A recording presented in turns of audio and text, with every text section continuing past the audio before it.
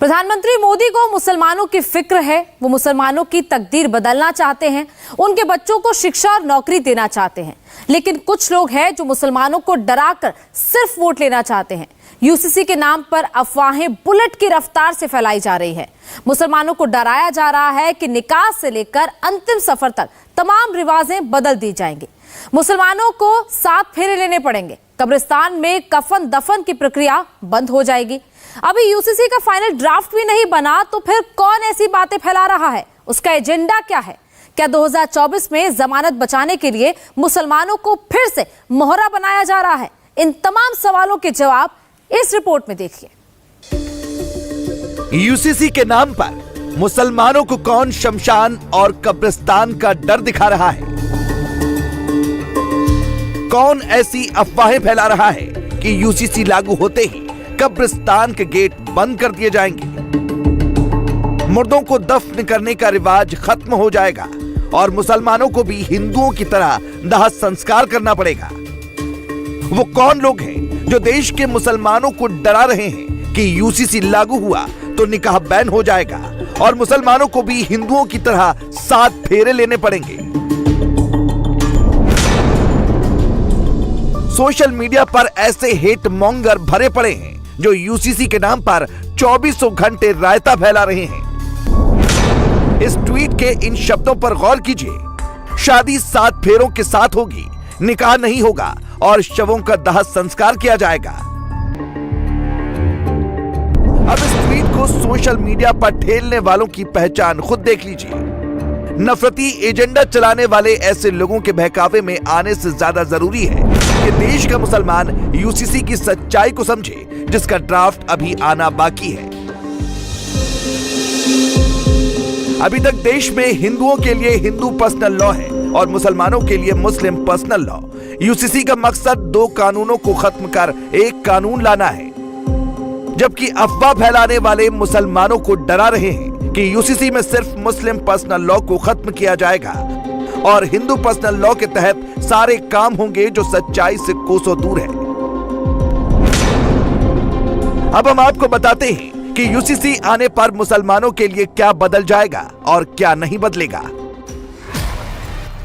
अभी तक मुसलमानों में निकाह शरीयत या इस्लामी कानून के तहत होता है, जिसमें तलाक और भरण पोषण लागू होता है। यूसीसी लागू होने के बाद भी मुसलमानों का निकाह शरीयत के हिसाब से ही होगा, बस शादी की उम्र बदल जाएगी।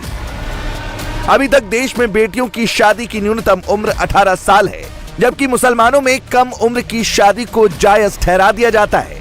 इसके अलावा मुस्लिम पर्सनल लॉ में मुसलमानों को इस बात की छूट है कि वो एक बीवी के होते हुए 4 निकाह कर सकते हैं। यूसीसी लागू होने के बाद बहुविवाह की कुरीति खत्म हो जाएगी। मतलब यूसीसी मुसलमानों में फैली कुरीतियों पर अंकुश लगाएगा, ना कि उनके रीति रिवाजों पर।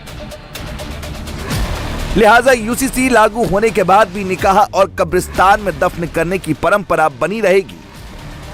यूसीसी पर जिन मुसलमानों को कंफ्यूजन है, उन्हें केरल के राज्यपाल आरिफ मोहम्मद खान को सुनना चाहिए। जानकारी ना होने के कारण इस तरह का भ्रम फैलाया जाता है। मैं तो ये भी जानता हूं, इससे आगे बढ़ के कहा जाता है कि अगर यूसीसी आ गया तो आप निकाह नहीं कर पाएंगे, आपको फेरे लेने पड़ेंगे। कहा जाता है कि अगर यूसीसी आ गया तो आप अपने मुर्दों को दफन नहीं कर सकते, आपको जलाना पड़ेगा। ये सारा दुष्प्रचार किया जाता है। यही बात मैं आपसे कह रहा हूं। लॉ का जहां तक यूसीसी है या कोई भी कानून है दुनिया का, उसका इससे कोई मतलब नहीं होता कि आप क्या रीति रिवाज अपनाते हैं, आपकी प्रैक्टिसेस क्या हैं। उसका मतलब केवल एक चीज से होता है कि न्याय की समानता होनी चाहिए। यही वजह है कि पढ़ी लिखी मुस्लिम औरतें यूसीसी के फेवर में हैं। ये तस्वीर निदा खान की है, जिन्होंने यूसीसी लागू करने के लिए पीएम मोदी को चिट्ठी लिखी है। निदा खान का ताल्लुक बरेली की आला हजरत दरगाह से जुड़े परिवार से है, जिसका दुनिया भर में नाम है।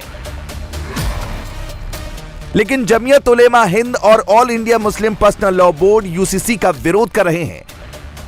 वो इसे मुसलमानों के खिलाफ बता रहे हैं। मजहब इस्लाम की किताब है कुरान पाक। 30 चैप्टर हैं, पारा अध्याय जिसको कहते हैं, 6666 आयतें, हर एवरेज आयत के अंदर 12-15 शब्द हैं। गुना करिए तो 1 लाख से अधिक शब्द चले जाएंगे। मालिक ने एक बार भी नहीं कहा कि मेरी किताब के कानून के लिए शरिया नाम का शब्द रहेगा, इसलिए कुरान शरीफ के अंदर शरिया नाम का शब्द ही नहीं है। और इसलिए जिन लोगों को इस्लाम का चेहरा अमन और सलामती से बिगाड़कर दंगा और फसाद की तरफ ले जाना था, जिनको मुसलमान को वोट बैंक की राजनीति करने के लिए गुलाम बनाकर रखना था, क्या कहीं उनका जोड़ा हुआ शब्द तो नहीं है? जमीयत उलेमा हिंद ने अपना ड्राफ्ट लॉ कमीशन को सौंप दिया है और मुस्लिम पर्सनल लॉ बोर्ड भी जल्द ही अपना ड्राफ्ट सौंपने वाला है। मुसलमानों से कोई संवाद नहीं हुआ है, आप कैसे यकसा सिविल कोड बना रहे हैं? यूनिफॉर्म सिविल कोड अगर आपको बनाना है तो आपको तमाम समुदायों से संवाद करना चाहिए। आप क्या संवाद कर रहे हैं? कोई संवाद नहीं करने। तो अब कौन सी मुसीबत आ गई है मौजूदा हुकूमत के पास में कि वो ये कह रही है कि हम यूनिफॉर्म सिविल कोड लाएंगे? देखिए, इस तरह के इश्यूज़ को पॉलिटिकल इशू बनाना ये गलत है। संविधान के मुद्दे हैं तो संविधान के मुद्दों को उसी तरह से हल करना चाहिए जिस तरह से बताया गया है। तो ये जो है ना, इसको एक पॉलिटिकल मुद्दा बनाने के लिए, लोगों की तवज्जो हटाने के लिए असल मुद्दों से, महंगाई से, बेरोज़गारी से हुकूमत की चाल चल रही है, ये मुनासिब नहीं है। संविधान के इश्यूज़ को सिस्टमेटिकली मूव करना चाहिए। और हमारा मानना ये है कि जब तक के यहाँ की जो रिलीजियस माइनॉरिटीज़ हैं उन सबको साथ लेके उनसे संवाद करके कोई बात ना हो, उस वक्त तक के इस मामले में कोई पेशरफ्त नहीं होनी चाहिए। पिछले लॉ कमीशन ने भी ये बात कही थी। सुप्रीम कोर्ट ने कहा कि यूनिफॉर्म सिविल कोड को जल्द से जल्द लागू किया जाना चाहिए। शाहबानू का जो केस था, सरला मुदगल का जो केस था, इन और ऐसे और 3-4 केस है जिसमें कोर्ट ने बार बार इस बात को दोहराया है। फिर भारत का जो संविधान है उसके सेक्शन 44 के अंदर इस बात का उल्लेख है कि सरकारों को कॉमन सिविल कोड लागू करने की दिशा में प्रयास करना चाहिए। और मुझे एक बात नहीं समझ में आ रही है कि अगर लड़का लड़की की विवाह की आयु क्या होनी चाहिए, अगर हिंदू मुसलमान सबों के लिए अगर एक आयु निर्धारित होती है तो इसमें किसी को आपत्ति क्यों होनी चाहिए? आज के समय में हिंदू लड़कियों के लिए 18 साल उम्र है और मुस्लिम लड़कियों के लिए 18 से कम उम्र में भी विवाह हो सकता है। तो विवाह की कोई एक उम्र हो, एक पति जो है बहुपत्नी नहीं हो, एक पत्नी यानी एक व्यक्ति एक विवाह करे। अगर इस प्रकार का कोई कानून बनता तो इसमें क्यों किसी को आपत्ति होनी चाहिए? तलाक के बारे में समान कानून बनना चाहिए, मेंटेनेंस के बारे में बनना चाहिए।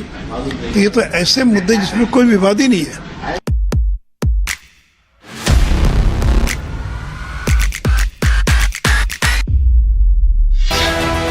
यूसीसी पर मुसलमानों के बाद सबसे ज्यादा हो हल्ला आदिवासी संगठन मचा रहे हैं। रांची में आदिवासी समन्वय समिति के बैनर तले 30 से ज्यादा आदिवासी संगठनों की बैठक हुई, जिसमें तय हुआ कि यूसीसी का विरोध किया जाएगा।